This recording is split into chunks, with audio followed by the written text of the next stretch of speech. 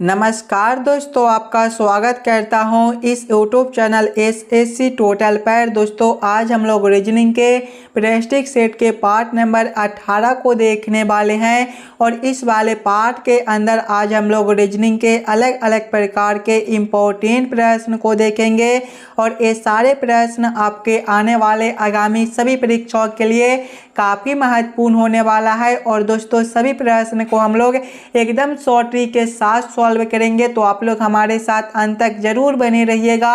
चलिए हम लोग एक नंबर क्वेश्चन की ओर चलते हैं। ये रहा क्वेश्चन नंबर 1। क्वेश्चन नंबर 1 आपको कह रहा है निम्नलिखित विकल्पों में से उस विकल्प को चुनिए जो निम्नलिखित श्रृंखला में तीसरे अक्षर के समूह से उसी तरह से संबंधित है जिस तरह से दूसरा अक्षर पहले अक्षर समूह से संबंधित है। ये जो प्रश्न है ये आपका एनालॉजी का प्रश्न है। प्रश्न आपको कह रहा है जिस प्रकार से घोंसला का संबंध पक्षी के साथ है उसी प्रकार से आप लोगों से पूछा जा रहा है महल का संबंध कौन सा शब्द के साथ होगा जो इस वाले क्वेश्चन मार्क पर भरे जाएंगे। अगर आप लोग ध्यान से देखिएगा दोस्तों तो घोंसला जो होता है वो पक्षी के रहने का स्थान होता है। उसी प्रकार से आगे हम लोग देखेंगे तो आगे आपका महल है। महल जो होता है वो राजा के रहने का स्थान होता है, यानी कि इस वाले क्वेश्चन मार्क पर आपका राजा भरा जाएगा।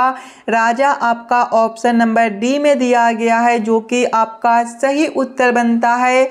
चलिए अगले प्रश्न की ओर हम लोग चलेंगे, क्वेश्चन नंबर 2 की ओर।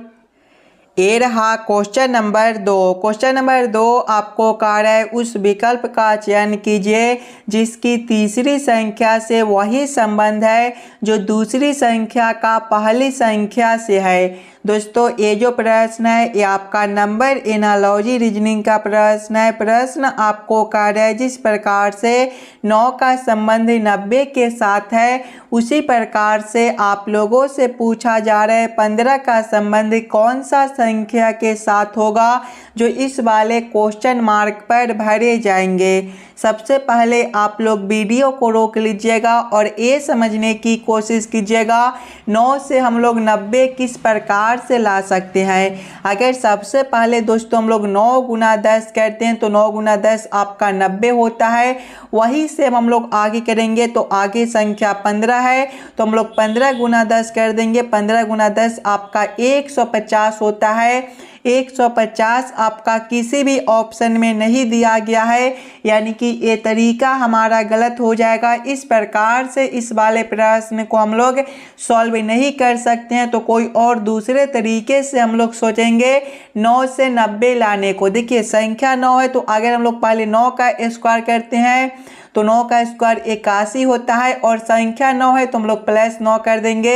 81 प्लस 9 आपका 90 होता है। वही सेम आगे करेंगे। आगे संख्या 15 है तो पहले हम लोग 15 का स्क्वायर करेंगे। 15 का स्क्वायर जो है वो आपका 225 होता है और देखिए संख्या 9 था तो प्लस 9 किए थे, संख्या 15 है तो प्लस 15 करेंगे।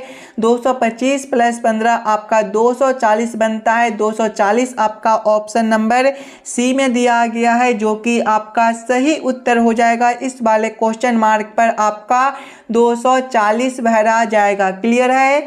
चलिए अगले प्रश्न की ओर हम लोग चलेंगे, क्वेश्चन नंबर 3 की ओर।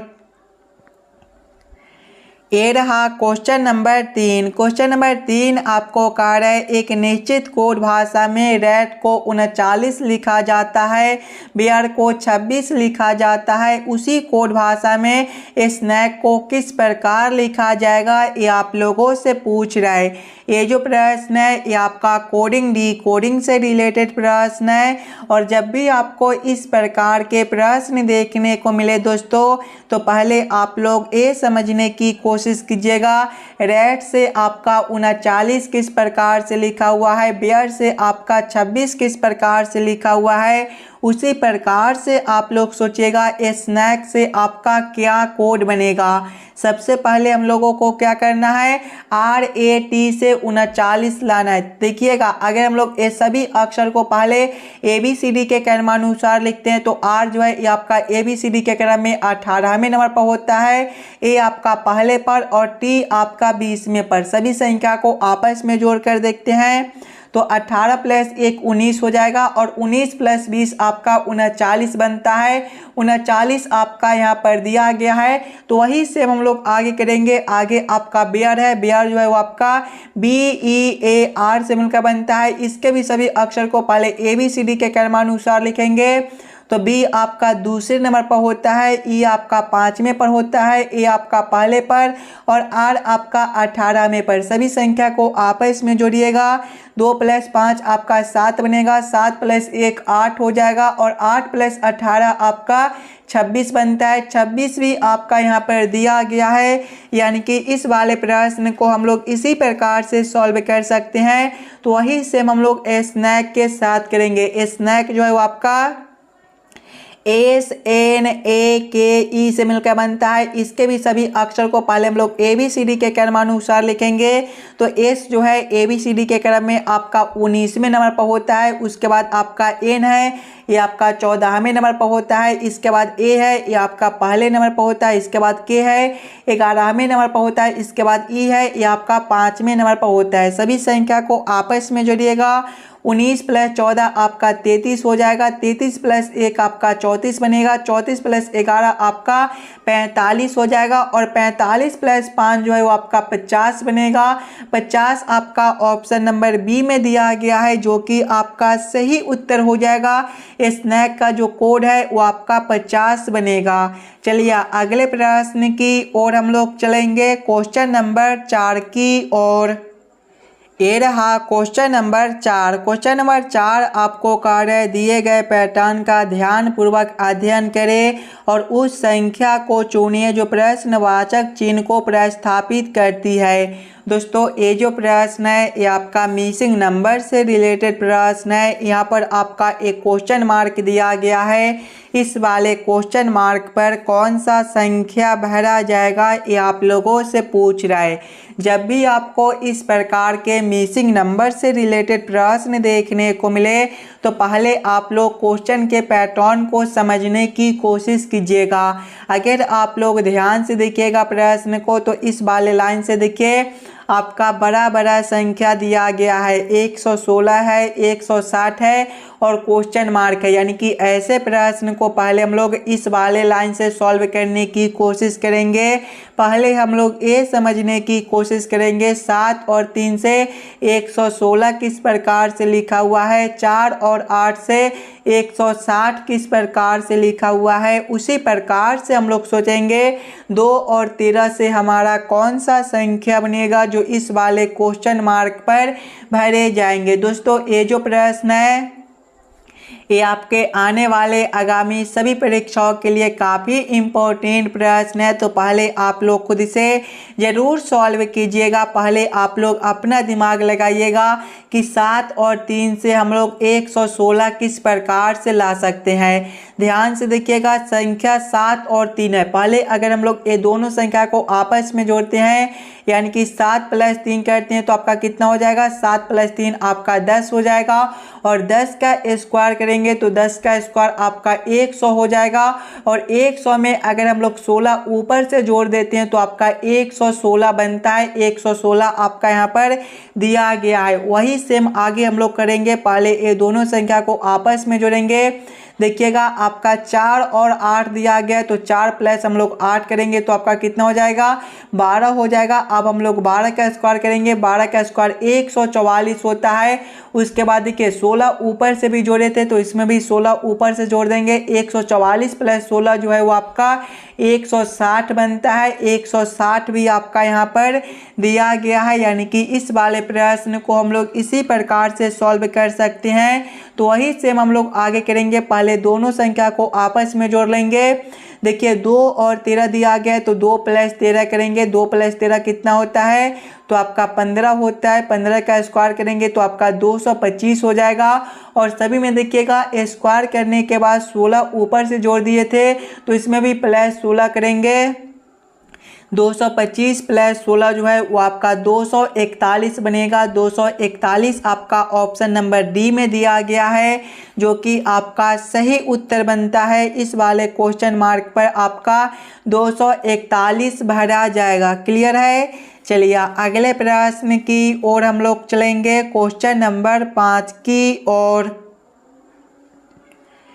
ये रहा क्वेश्चन नंबर 5। क्वेश्चन नंबर 5 आपको कहा है निम्न श्रृंखला में प्रश्न चिन्ह के स्थान पर कौन सी संख्या आएगी। दोस्तों ये जो प्रश्न है ये आपका श्रृंखला सीरीज से रिलेटेड प्रश्न है। एक श्रृंखला सीरीज दिया गया है और यहाँ पर एक क्वेश्चन मार्क है। इस वाले क्वेश्चन मार्क पर आपका कौन सा संख्या भरा जाएगा ये आप लोगों से पूछ रहा है। सबसे पहले आप लोग श्रृंखला सीरीज को ध्यान से देखिएगा। श्रृंखला सीरीज को देखिएगा तो पहले आपका 63 दिया हुआ है, 63 के आगे देखिए आपका 60 दिया गया है, 60 के आगे आपका 66 दिया गया है, इसके आगे आपका 57 दिया गया है और इसके आगे आपका क्वेश्चन मार्क है। अगर आप लोग ध्यान से देखिएगा तो 63 के बाद 60 है और 60 के आगे 66 है। अगर दोस्तों हम लोग 63 से एक संख्या छोड़कर देखते हैं तो आपका 66 है, यहाँ पर आपका +3 है। उसी प्रकार से देखिएगा 66 से एक संख्या छोड़कर देखेंगे तो आपका क्वेश्चन मार्क है, देखिए +3 है, तो आगे भी हम लोग +3 कर देंगे। 66 + 3 जो है वो आपका 69 हो जाएगा। 69 आपका ऑप्शन नंबर ए में दिया गया है, जो कि आपका सही उत्तर बनता है। इस वाले क्वेश्चन मार्क पर आपका 69 भरा जाएगा। क्लियर है। चलिए अगले प्रश्न की ओर हम लोग चलेंगे, क्वेश्चन नंबर 6 की ओर। ये रहा क्वेश्चन नंबर 6। क्वेश्चन नंबर 6 आपको कार्य निम्नलिखित श्रृंखला में प्रश्न चिन्ह के स्थान पर आने वाले अक्षर का चयन करें। दोस्तों ये जो प्रश्न है ये आपका अक्षर श्रृंखला से रिलेटेड प्रश्न है। एक अक्षर श्रृंखला दिया गया है और यहाँ पर एक क्वेश्चन मार्क है। इस वाले क्वेश्चन मार्क पर आपका कौन सा अक्षर भरा जाएगा ये आप लोगों से पूछ रहा है। सबसे पहले आप लोग अक्षर श्रृंखला को ध्यान से देखिएगा और समझने की कोशिश कीजिएगा किस प्रकार का अक्षर श्रृंखला है, इसे हम लोग कैसे जल्द से जल्द सॉल्व कर सकते हैं। अगर आप लोग ध्यान से देखिएगा अक्षर श्रृंखला को तो देखिए ई है और ई के सी है और सी के आगे आपका ई है। अगर आप लोग ध्यान से देखिएगा तो यहाँ पर जो है वो आपका +2 कर दिया गया है। आगे देखिए ई से आपका जो है वो जी है, यहाँ पर भी आपका +2 है। आगे देखिएगा जी से आपका एफ है -1 है। आगे देखिए एफ से आपका ई है -1 है। आगे देखिएगा ई से आपका जी है +2 है और जी से आपका आई है, यहाँ पर भी आपका +2 है। आई से फिर आपका एच है -1 है। ध्यान से देखिएगा तो 2 बार +2 है तो 2 बार -1 है, फिर +2 है, यहाँ पर आपका -1 है, यानी कि अगला भी आपका -1 बनेगा। h -1 जो है वो आपका जी बनेगा। जी आपका ऑप्शन नंबर सी में दिया गया है, जो कि आपका सही उत्तर बनता है। चलिए अगले प्रश्न की ओर हम लोग चलेंगे, क्वेश्चन नंबर 7 की ओर। 7 क्वेश्चन नंबर 7 आपको कहा है उस वेन आरेख का चयन करें जो निम्नलिखित वर्गों के बीच के संबंधों का सबसे अच्छी तरह से दर्शाता है। दोस्तों ये जो प्रश्न है ये आपका वेन आरेख वेन डायग्राम से रिलेटेड प्रश्न है। पुलिस पुरुष और पति का किस प्रकार से वेन आरेख वेन डायग्राम बनेगा ये आप लोगों से पूछ रहा है।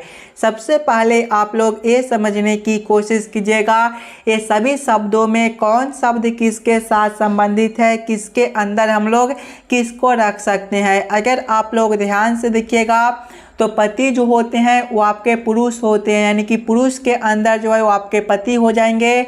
यानी कि सबसे पहले हम लोग पुरुष के लिए एक गोला बना लेंगे और पुरुष के अंदर जो है वो आपके पति हो जाएंगे। उसके बाद देखिएगा आपका पुलिस है दोस्तों कुछ पुरुष जो होते हैं वो आपके पुलिस हो सकते हैं और किसी के पति भी आपके जो है वो पुलिस हो सकते हैं, यानी कि पुलिस के लिए आरेख आपका इस प्रकार से बनेगा। इस प्रकार का वेन आरेख वेन डायग्राम आपका ऑप्शन नंबर सी में दिया गया है, जो कि आपका सही उत्तर बनता है। चलिए अगले प्रश्न की ओर हम लोग चलेंगे। ये रहा क्वेश्चन नंबर 8। क्वेश्चन नंबर 8 आपको कार्य है क्यू आर की माँ है, पी क्यू का पति है, एस आर का भाई है, पी का एस से क्या संबंध है, ये आप लोगों से पूछ रहा है। ये भी प्रश्न आपके लिए इम्पोर्टेंट प्रश्न है, तो पहले आप लोग वीडियो को रोककर खुद से ज़रूर सॉल्व करने की कोशिश कीजिएगा। पहले आप लोग प्रश्न को ध्यान से पढ़िएगा और समझने की कोशिश कीजिएगा। देखिए प्रश्न पहले आपको कार्य है क्यू आर की माँ है। क्यू कौन है? तो आर की माँ है। दोस्तों माँ जो होती है एक पीढ़ी ऊपर का होती है, यानी कि आर से ऊपर हम लोग किसको रखेंगे? तो आर से ऊपर हम लोग क्यू को रखेंगे। क्या रिश्ता है? माँ का है, तो आप लोग यहाँ पर माँ भी लिख लीजिएगा। आगे प्रश्न को पढ़िएगा। आगे प्रश्न आपको कार्य है पी क्यू का पति है। पी कौन है? तो क्यू का पति है। पति जो होते हैं एक ही पीढ़ी का होते हैं, यानी कि क्यू के सामने हम लोग किसको रखेंगे? तो पी को रखेंगे। क्या रिश्ता है? पति का है, तो आप लोग यहाँ पर पति भी लिख लीजिएगा। आगे प्रश्न को पढ़िएगा। आगे प्रश्न आपको कार्य है एस आर का भाई है। दोस्तों भाई एक ही पीढ़ी का होता है, यानी कि आर के सामने हम लोग एस को रखेंगे। क्या रिश्ता है? भाई का है, तो आप लोग यहाँ पर भाई भी लिख लीजिएगा। आगे प्रश्न को पढ़िएगा। आगे प्रश्न आप लोगों से पूछ रहा है पी का एस से क्या संबंध है। देखिए ये दोनों का रिश्ता पूछ रहा है। अगर आप लोग ध्यान से देखिएगा तो आर का जो माँ है वो क्यू है और क्यू का पति पी है। और अगर आप लोग ध्यान से देखिएगा तो यहाँ पर देखिए एस कौन है? तो आर का भाई है, यानी कि पी का जो एस लगेगा वो आपका पिता लगेगा। पिता आपका कौन सा ऑप्शन में दिया गया है? ऑप्शन नंबर सी में आपका पिता दिया गया है, जो कि आपका सही उत्तर बनता है। चलिए अगले प्रश्न की ओर हम लोग चलेंगे, क्वेश्चन नंबर 9 की ओर। ये रहा क्वेश्चन नंबर 9। क्वेश्चन नंबर 9 आपको कार्य 4 शब्द दिए गए हैं, जिनमें से 3 किसी प्रकार समान है और एक असंगत है। उस असंगत शब्द का चयन करें। पीला, नारंगी, बैगनी और काला, ये चारों में से कौन सा शब्द सबसे अलग दिया गया है, ये आप लोगों से पूछ रहा है। एकदम आसान सा प्रश्न है, थोड़ा सा दिमाग लगाइएगा तो इस वाले प्रश्न को आप लोग एकदम आसानी के साथ सॉल्व कर पाइएगा। अगर आप लोग ध्यान से देखिएगा दोस्तों, तो पीला रंग, नारंगी रंग और बैगनी रंग, ये सभी जो है वो आपके इंद्रधनुष में पाए जाते हैं, जबकि काला रंग जो है ये आपका इंद्रधनुष का रंग नहीं है, यानी कि सबसे अलग ऑप्शन आपका डी बनता है। तो क्वेश्चन नंबर 9 का आपका ऑप्शन नंबर डी जो है सही उत्तर हो जाएगा। चलिए अगले प्रश्न की ओर हम लोग चलेंगे, क्वेश्चन नंबर 10 की ओर। ये रहा क्वेश्चन नंबर 10। क्वेश्चन नंबर 10 आपको कार्य यदि संख्याओं 18 और 30 को आपस में बदल दिया जाए तो निम्नलिखित में से कौन सा समीकरण संतुलित हो जाएगा। देखिएगा संख्या 18 और 30 को आपस में बदलने पर ये चारों समीकरण में से कौन सा समीकरण सही बनेगा, ये आप लोगों से पूछ रहा है। अगर आप लोग ध्यान से देखिएगा दोस्तों ऑप्शन नंबर बी को, तो देखिए 35 भागा 5 गुना 5 प्लस 30 माइनस 18 दिया गया है। 18 के जगह पे हमें 30 को रखना है और 30 के जगह पे 18 को रखना है। समीकरण बी को अगर हम लोग 18 के जगह पे 30 और 30 के जगह पे 18 को रखकर हल करते हैं, तो देखिए पहले 35 भागा 5 है, 35 भागा 5 आपका जो है वो 7 हो जाएगा और 7 गुना करेंगे 5 प्लस करेंगे 30 है। 30 के जगह पे 18 को रखना है तो प्लस करेंगे 18 माइनस करेंगे 18 है, तो 18 के जगह पे 30 को रखेंगे। देखिएगा 7 गुना 5 जो है वो आपका 35 हो जाएगा। 35 प्लस करेंगे 18 और माइनस करेंगे 30। देखिएगा 35 प्लस 18 आपका कितना हो जाएगा, ये आपका 53 हो जाएगा। और 53 माइनस करेंगे 30 तो आपका कितना हो जाएगा, ये आपका 23 बनेगा। देखिए 23 आपका यहाँ पर दिया गया है, यानी कि ऑप्शन नंबर बी जो है वो आपका सही उत्तर बनता है। क्वेश्चन नंबर 10 का आपका ऑप्शन नंबर बी वाला समीकरण को 18 के जगह पे 30 और 30 के जगह पे 18 को रखने पर संतुलित हो जाएगा। आशा करता हूं दोस्तों आप लोग सभी प्रश्न को बढ़िया से समझ गए होंगे। अगर आपको किसी भी प्रश्न में कहीं पर भी कोई दिक्कत हो तो हमें ज़रूर कमेंट करके बतलाइएगा। और आप लोग इस वाले यूट्यूब चैनल पर नए हो तो चैनल को सब्सक्राइब और वीडियो को लाइक ज़रूर कर दीजिएगा। चलिए हम लोग मिलते हैं आपसे अगले वीडियो में।